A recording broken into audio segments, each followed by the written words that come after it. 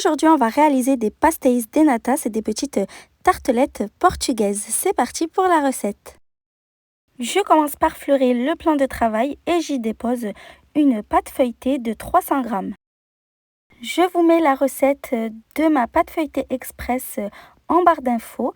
Sinon, vous pouvez utiliser 2 pâtes feuilletées du commerce. Donc, j'étale la pâte en un grand rectangle. Donc, le rectangle doit faire plus ou moins 40 x 30 cm. À l'aide d'un pinceau, je retire l'excédent de farine. Et puis, je vais rouler délicatement la pâte sur elle-même. Pour plus d'idées de recettes, je vous invite à vous abonner à ma chaîne, sans oublier d'activer la cloche de notification pour ne manquer aucune vidéo. Avec une maryse ou un couteau bien aiguisé, je coupe 12 petits morceaux de taille identique. Si votre pâte est trop molle, n'hésitez pas à la mettre 10 minutes au congélateur avant de couper les petits pâtons. Donc ça va beaucoup aider à la découpe. Voilà ce qu'on obtient. Les petits pâtons doivent faire 3 cm d'épaisseur. Je viens légèrement graisser un moule à muffin. Je dépose chaque petit pâton dans l'empreinte. Si la recette te plaît, n'oublie pas de mettre un petit pouce bleu pour m'encourager. Et je vais venir appuyer au centre de la pâte délicatement pour qu'elle remonte sur les bords et qu'elle prenne bien la forme du moule. Donc je n'hésite pas à fariner légèrement mes doigts pour me faciliter la tâche. L'autre méthode plus simple à réaliser, c'est d'étaler la pâte légèrement en 1 ou 2 coups et puis également venir lui faire épouser la forme du moule. Pour ma part, je trouve que cette méthode est beaucoup plus facile à faire. Une fois que les 12 petites pâtes sont bien mises, je réserve au réfrigérateur le temps de préparer la garniture. Dans une casserole, je commence par mettre 125 ml d'eau.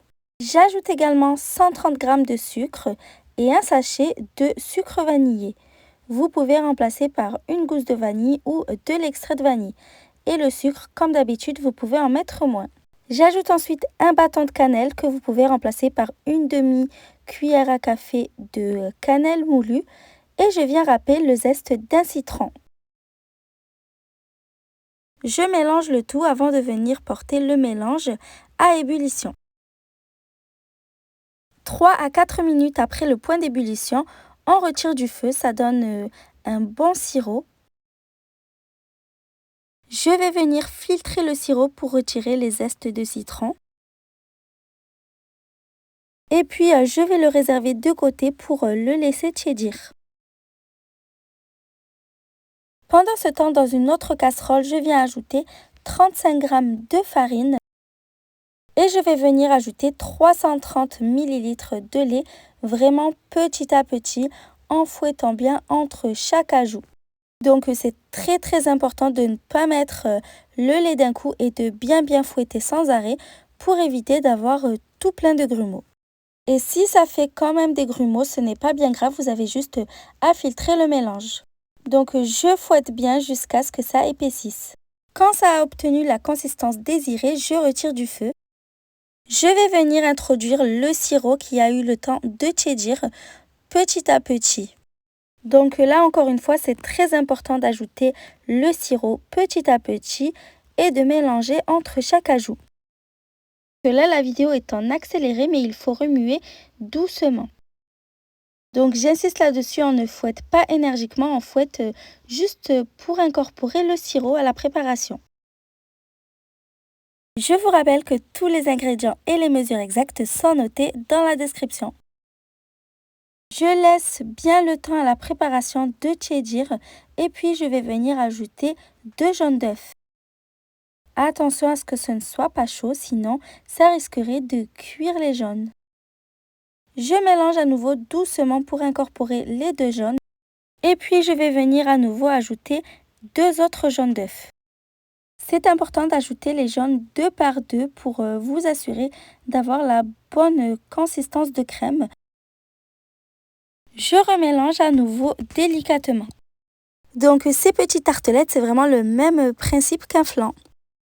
Je viens verser équitablement un peu de crème dans toutes les petites pâtes. On va enfourner ça à haute température, donc c'est à 250 degrés pendant plus ou moins 17 minutes, mais ça dépend vraiment des fours, donc je vous conseille de surveiller. J'espère que la recette vous a plu. Si c'est le cas, comme d'habitude, n'oubliez pas de commenter, de liker et de partager la vidéo. À bientôt!